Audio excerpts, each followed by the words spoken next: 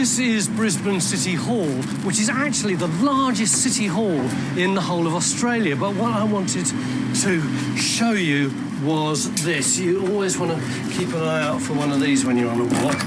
And down here is the basement of the City Hall, and the whole thing is undergoing a mammoth refurb at the moment. So these guys in the red day-glow jackets are engineers, architects, that sort of thing. Sorry to burst in on you unannounced, my lord. Thanks. What intrigues me about this place is that it used to be, in the Second World War, the Red Cross tea room where young soldiers from out of town used to come for a bit of cheer and a cup of tea, and they'd all get a welcome pack. And among all the other goodies, there would be a pencil. And I'm going to show you what they used to do with that pencil.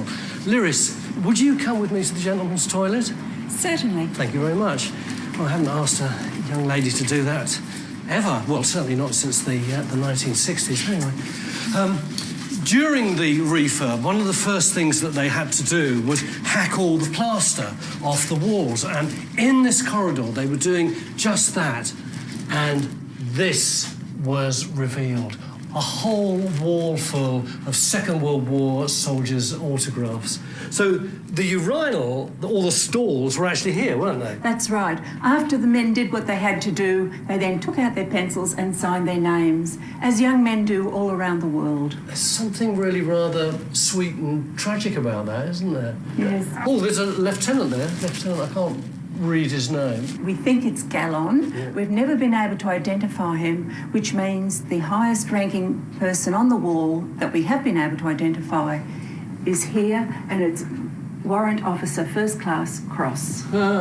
What's your favourite? It has to be Mr. Scott. Mr. Scott is an original rat of Tobruk. Oh, like the desert rats, the guys who fought in the North African desert. Yeah. He was shot in the toe. A lot of these guys must have died during the war, mustn't they?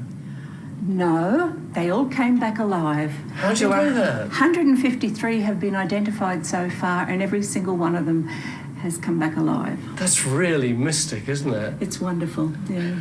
This is a great piece of history, just a snapshot in time. All these guys going off to war. I really like that.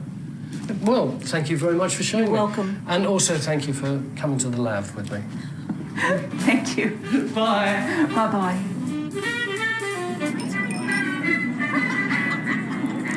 You know, I can so picture that 1940s tea room in my mind, with the doilies on the tables and the scones on the plates and the crackly Glenn Miller 78 on the record player.